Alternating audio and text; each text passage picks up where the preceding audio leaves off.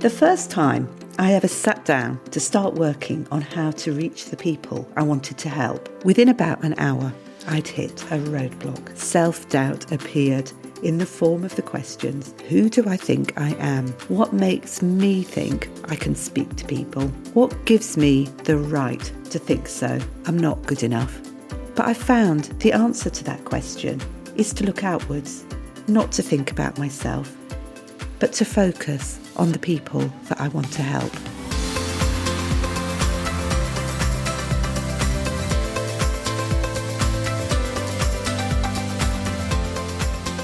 Welcome to the Good Enough Counsellors podcast. I'm Josephine Hughes, and today we're going to look at one of the problems that so many of us face in our marketing, and that's the self-doubt that makes us ask if we even have the right to promote ourselves. In the first part of this podcast, I'm going to tackle this problem head on, and then I'll move on to help you with your social media posts and blogs for April 2025. My apologies that I've got a cold, so I'm a little bit more hoarse than normal. But hey, the show must go on. It's podcast recording day today, so let's get on with it. One of the questions that often comes up for me is the thought, am I a narcissist?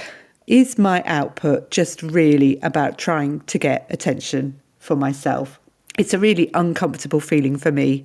I was brought up not to show off, in inverted commas, and sometimes that's what it feels as though I'm doing when I'm posting on social media. And also, I think as therapists, we're trained to put the attention on the client, that it's not about us, it's all about the clients. And so talking about ourselves can actually feel really uncomfortable. There's not only the thought that we're drawing attention to ourselves, but also that question around self-disclosure as well, and what's appropriate. So posting online can feel like a real minefield. And I'm just going to tackle some of the issues that come up for us in this part of the podcast. So let's start with that thought and making it all about me. And I think that question arises because we associate posting with self-promotion. And that just doesn't sit very well with many of us. It's not the reason why we're here. We're not really interested in pushing ourselves forward. And, we wonder what people might think as well. We wonder if people will think, oh, she's just trying to draw attention to herself.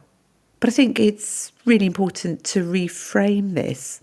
And this is what I found really helpful when I was faced with that question of who do I think I am? I was in coaching at that point, and I was able to talk about it with my coach straight away.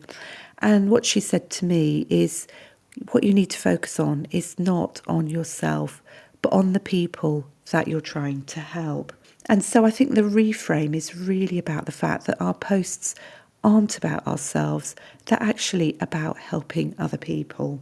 So I think the solution when those questions come up is to imagine that you're actually writing to one particular person. You're really speaking to someone who needs your support today. And you might even reframe the way you're writing. So rather than saying, I want to share this because, you can actually write, this might help you if. And then you're taking away the focus from yourself and you're really putting the focus on the person that you're trying to help. We're going to talk about Stress Awareness Month in the second half of the podcast. So thinking about how you might reframe a statement that you're putting on social media, you might move from, I've been thinking about how stress impacts our mental health and I wanted to share some ideas, to, if you've been feeling overwhelmed lately, here are 3 small things that might help. Can you hear the difference? It's just changing that focus. And I think that frees you up to think that you're not doing it because it's about you. You're doing it because it's about the person that you're trying to help. So my takeaway from this little section is this. You're not spotlighting yourself. You're opening the door for someone else to feel seen and supported. Just want to ask a question here. If you were talking to a friend who was struggling, how would you support them? And that's the tone that you could give your social media. Now, another aspect of the who do I think I am problem is the thought that other people know more than me. And who do I think I am to say anything or think I've got something to say? Why would anyone listen to me? And I think this happens because it's so easy, isn't it, to look at other people and to compare what they know and who they are. And we always tend to compare the strengths of other people with our own weaknesses. So you might look at someone on social media who's got a really big social media feed and they've been doing it for 5 years. They've also maybe got 10 years experience as a therapist. And you just think, I don't know as much as them. What makes me think that what I've got to say is worth listening to? And I think part of what can happen is the black and white thinking can come in and you think you have to be the expert in this particular area to be able to say anything. But I think it's really helpful to remember that you don't have to be the expert. It's thinking about the fact that you can be a contributor to the discussion. You don't have to be the guru, you can be a contributor. Let's reframe it. You don't need to know everything. You just need to know enough to help someone. I think the solution is, instead of thinking, do I know enough, ask, do I know something that could help someone who's struggling? Think about what you've already learned that might help someone in their journey.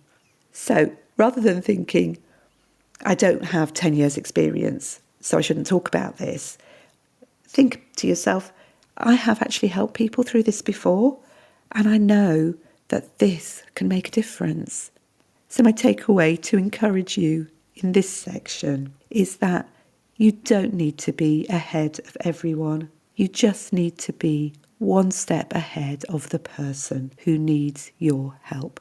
And here's a question for you. Can you think of something that you've learned about in the last year that's made your life easier?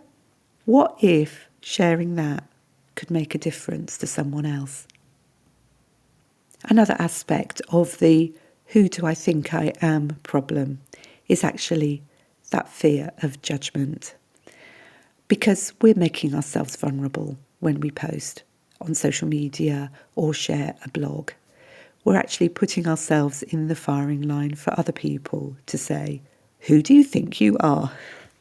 I think all of us have a fear that we might be criticised or we might receive negative feedback or we worry that strangers will judge our opinion. And let's acknowledge that when we go on social media, we are actually making ourselves vulnerable. And I think it's a very human characteristic to not want to be rejected. We know that we are social beings and being rejected is actually really painful for us, and that can be especially true as well if you're neurodivergent and have rejection sensitivity dysphoria. So it can be really tricky to put ourselves out there on social media. Let's see if we can reframe that. And what I'd say is that it's really helpful to remember that the people who need our help matter more to us than the people who might judge us. It's almost inevitable that we will be judged by what we say. But if we can hold the people that we're trying to help at the forefront of our minds, I think we can focus on them rather than the people who will criticise us. The people who criticise us are never going to work with us. We won't speak to them. But the fact is that there are people out there who we can speak to and who will want to work with us. And believe me, whatever you've experienced, whatever you've felt, it's part of humanity. It's part of common human experiences. And there will be people out there who are suffering in the same way that perhaps you've suffered in the past. And those people are the ones that you can really reach with your social media posts and your content and your blogs. So try to think about them. Try to think of yourself as you were when you were younger, and what might have helped you if you'd come across something on social media. What would it have been that would have helped you? And so focus on the people who need you, not the ones who want to just poke fun and criticise, because actually they don't matter as much as the people that you want to help. I think the solution is about acknowledging and accepting that you won't speak to everyone, and that's okay. You want to focus on the quiet person who's reading your posts and feels seen, but maybe never comments. And that's really common. It's really common for people to be following you and reading your posts and actually finding them really, really helpful. So don't get put off. You may well get negative or critical voices in your feed, but you're in charge. If you need to, you can delete the post and you can block people. If they're not adding to what's on your page, you can just remove them, block them. They can go and find someone else who perhaps speaks to them more. Because what you're doing is you're focusing on curating your part of the internet, your page, your feed, and you're going to make it a safe place for the people who need you. So it's absolutely fine to delete and block people who aren't actually interested in what you've got to say. Believe me, I've had to do this quite a lot because of the transgender element to my work. And I do get people who troll me, and I don't think about them. I don't engage with them. I don't think I want my transgender audience to see what they've got to say, so I have no hesitation in deleting them. It's absolutely fine. They can take their opinions elsewhere as far as I'm concerned. So what I'd like your thought to be is, rather than what if someone disagrees with me, ask yourself, what if this is exactly what someone needs to hear today? Wow, what a difference that makes to ask that question, isn't it? You want to ask yourself the right questions, the questions that support you and help you in your marketing. So my takeaway from this little section is that the people who criticise you aren't the ones who need your help. The people who maybe stay silent but feel supported are the ones that matter most. And here's a question for you. Have you ever read something online that really helped you, even if you didn't comment? That's what your posts can do for someone else. So in conclusion to this little section of the podcast, what I'd like to do is just do a little recap. So we've looked at 3 common fears: that thought that we're just being narcissistic and self-promotional. Reframe it as a way of helping people. It's actually serving people. The thought that you don't know enough. You don't actually need to know everything. You just need to be one step ahead.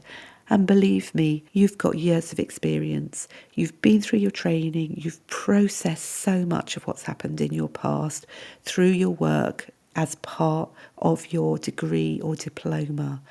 You are actually one step ahead of some of those people who need your help. And then finally, we've talked about the fear of judgment. But remember, your message is for the people who need it. It's not for the ones who criticise. And a final word of encouragement before we move on to talk about the posts for April. Your posts don't have to be perfect. They just have to be helpful. They only need to help one person, and what a difference that will make to that person's life. Someone out there needs to hear what you've got to say, so don't hold back. I think one of the hardest issues that we face when we're doing our marketing is that most of us are solo practitioners, and it can be really difficult to be facing these questions on your own. And this is why I run a regular coaching call in Therapy Growth Group. We meet every week. We meet on different days of the week, Mondays, Wednesdays, or Thursday evenings. And it gives people a chance to share what is troubling them and to receive support and encouragement in their marketing. Believe me, you're not the only person who has these doubts. That's why I've got Therapy Growth Group. That's why I set up coaching calls, and that's why I've got lots of information available to people to help them with these sorts of self-doubts. If you're interested in joining Therapy Growth Group, now is a really good time to do so because the prices are going to be going up at the beginning of April. So if you've been thinking about it, come along, join the group. It costs £50 a month. There's no minimum period of membership. So if you don't like it, the only amount you've invested is £50. But hopefully it will support you in your marketing. Just go along to josephineHughes.com/therapy-growth-group-offer to join up, and I look forward to seeing you in there. Now what I'm going to do is help you with some ideas for your social media or your blog posts for April 2025. Had to think then because I'm recording this in February. But the wonderful thing about April that I think you can use whatever your niche is it is Stress Awareness Month in the UK. So what I've decided to do is break down the subject of stress into 4 distinct areas. And you could take one of those areas as a weekly theme. Now, if you've listened to the last social media podcast that I did, which was episode 52, I talked there about a framework, a content framework that could help you. And I used this idea of the 4 E's, which were educational type posts, encouragement posts, engagement posts and empowerment posts. Most of those are actually self-explanatory. The engagement posts are where you try and get answers. You try and start up a conversation with the people who are following you. So you're very much there asking people for their opinions and their experience. And then the empowerment post is about empowering people to take action, to get in touch with you. So the 4 E's: education, encourage, engage and empower. And I'm going to refer to how you could use the 4 E's for each of the 4 weeks that I'm going to talk about. And I'm going to also help you with specific niche-related ideas. Don't worry if that doesn't make any sense. It almost didn't make any sense to me as I said it. Let's just get on with it and you'll understand what I'm talking about.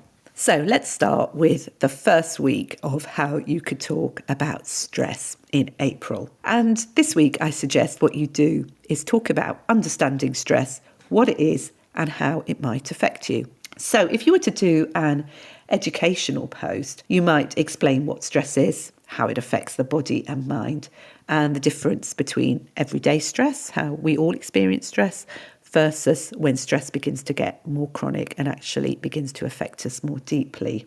If you wanted to do an engagement question for your audience, you could ask them how stress would show up for them and give them different options. So is it trouble sleeping? Do you get headaches? Do you get tummy ache? Those different ways that stress might appear for people, just get people to tell you how stress affects them.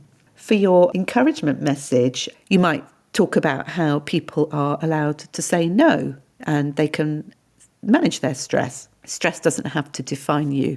So these are messages where you're encouraging people to take action. For your empowerment posts, and these would probably, to be honest, apply for each of the weeks where you're speaking to people, you could talk about how if stress is beginning to be overwhelming, it can really help to talk to someone. That therapy isn't just for those crisis moments. It can be to help you understand what's going on and finding ways to cope. You could also mention the fact that if people aren't sure where to start, that you offer a free 15-minute discussion so that they can find out if therapy is right for them. Do a little call to action, send me a message and let's arrange a chat. Now, thinking about a therapy niche, for example, if you're working with people who are neurodivergent, you could talk about autistic burnout and how that isn't just about stress, it's about how autistic people might be struggling with a neurotypical world, that it might be about the need to mask, it might be about sensory overload, it might be about their needs not being met. So, you might want to talk about how rest alone might not be enough to recover. And again, you could actually talk about how you would help somebody who was autistic, who was suffering from autistic burnout, and how you can support them. If you wanted to encourage your followers who are autistic, you could say something like, if you feel like you can't bounce back from stress in the way that others do, it's not because you're failing, it's because your nervous system needs different kinds of care. Recognising what drains and restores you is key. And you could go on to talk a little bit more about perhaps the things that you've noticed that support different types of autistic people. If you wanted to ask them an engagement question, you could ask them how they recover from sensory overload, what they do to help themselves. Let's move on and think about a parenting niche. Here, you might want to talk about how the stress for parents isn't just about managing daily tasks. It's about being on call all the time, feeling responsible for everything, the parental workload of making decisions. You might want to encourage them and say, if you're feeling overwhelmed, it's not that you're falling apart as a parent, but taking care of you means you're taking care of your children. An engagement question that I think is a really good one is you could say, what's one thing that instantly makes your day more stressful? And for me, the immediate answer is if we're running late. So just asking people questions can really help them to engage with your content. And you can follow that up with more posts. If, for example, with the parents, more posts about parental stress.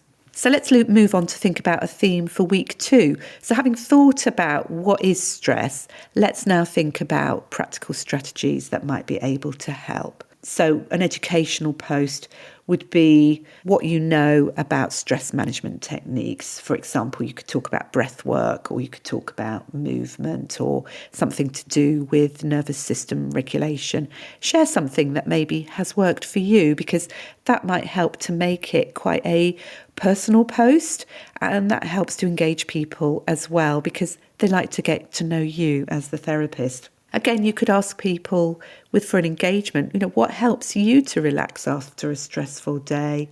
Have you tried any of these stress relief techniques? And if you had a stress relief button that you pressed, what would instantly help you to relax?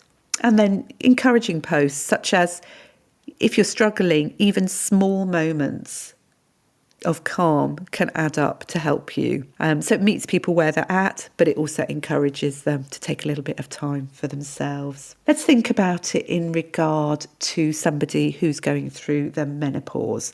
So if you're thinking about an educational post, you could think about how hormone shifts might affect people's stress levels. It might be that stress feels more intense if you're going through the menopause. What maybe had felt manageable before suddenly feels much more overwhelming. Say, for example, someone was going through brain fog. That can mean that situations are much, much more stressful.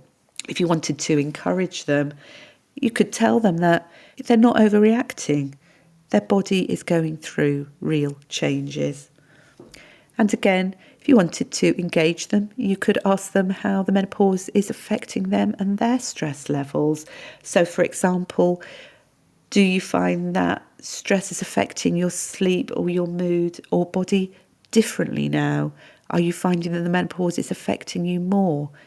It's a case of thinking, how can I apply this overarching theme of stress to my particular niche? Let's move on to week 3. And my idea here is to link stress and self-worth. So the link between stress and how we see ourselves. So there might be something around perfectionism, for example, and that could be something that you could talk about as your educational post. Why some people push themselves harder, even though they're already exhausted. And you could ask people for the engagement posts, things like, do you ever feel guilty for taking time off? Or, what's one expectation that you put on yourself that adds stress to your day? You could ask people how they talk to themselves when they feel stressed. And you could give them examples. You could encourage them with messages such as, you don't have to be productive to be worthy of rest. You deserve it just as you are. Or the way you speak to yourself matters. You deserve the same kindness that you give to everyone else. So messages of support for them. I thought We could maybe apply this to trauma. So thinking about how stress might feel different if you're somebody who's experienced trauma. An educational post could be around the fact that if you've been through trauma, stress could feel more intense or it could come on suddenly. We all know how we can experience triggers if we've been through trauma. You can encourage people. You can encourage them that they're not broken if they overreact to stress. It's just the body's response.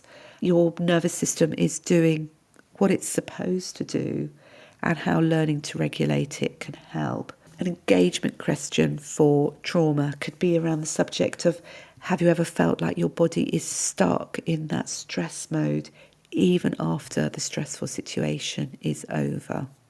Week 4, my idea was all about resilience and building up resilience to stress in the longer term, how to sustain yourself to face stress.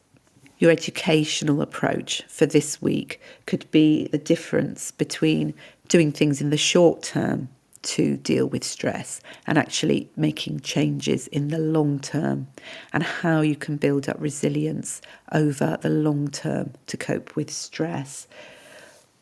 For an engagement question, you could maybe ask people how they've developed resilience over time. You could ask, if you could give your younger self one piece of advice about handling stress, what would it be? You could list small daily habits that people have that help them to deal with stress, and ask the audience to say which one works for them. If you want to encourage them, you could give them a message of support, such as, resilience isn't about never feeling stressed, it's about knowing that you can get through it. And I thought it'd be really interesting at this point to think about our LGBTQ audience and how they might be affected by minority stress. And obviously this could also apply to people of colour. So stress isn't just about the everyday pressures, is it, for our minority groups? It's also about having to navigate discrimination, identity, and societal expectations. And that can actually lead to anxiety and burnout. So by talking about this, you're obviously recognising the special needs of this particular audience. So it's really good to highlight it and show your awareness. And this will help people who are in a minority know that they will be safe with you, because you're showing that you understand their particular problems. If you want to encourage them, you could give them a message of support, such as, if you feel like you're constantly on edge or you need to prove yourself, know that your identity is valid. You deserve support and safe spaces to process what you're going through. And of course, that would lead on really well to an empowerment post, which is where you offer your support and the fact that you provide a safe space for people from minority communities to be able to process their issues. So there we have it. That's 4 different themes around Stress Awareness Month. Understanding stress, what it is and how it affects us. That's the first week. The second week is about managing stress and practical strategies that might work. The third week, it was all about self-esteem and perfectionism. And the fourth week was about building up long-term resilience. And I've tried to help you with those different niches to help you see how you could apply it to your particular niche, people that you're trying to reach out to. So I really hope that was helpful. Just a little reminder that I do actually produce ideas for every day of the year, and members of my therapy growth group have access to those ideas. But let's finish the podcast with the thought that you are actually able to help people by getting out there, by sharing what you know. You will be touching people's lives. Try and reframe that question of, who do I think I am? And reframe it into, how can I help people? And if you can hold that in your heart, it makes it so much easier to post on social media, because what you're doing is you're not making it about you. You're making it about those people that you want to help. And that desire will shine through in your posts, and your authenticity will draw people to you. Good luck with your social media posting, and don't forget that if you haven't got a plan for this month of March, if you go back to episode 52, I've given you some ideas there. Look forward to seeing you next week, and thanks for listening. Thanks for listening. Do come and join my Facebook community, Good Enough Counsellors. And for more information about how I can help you develop your private practice, please visit my website, josephinehughes.com. If you found this episode helpful, I'd love it if you could share it with a fellow therapist or leave a review on your podcast app. And in closing, I'd love to remind you that every single step you make gets you closer to your dream. I really believe you can do it.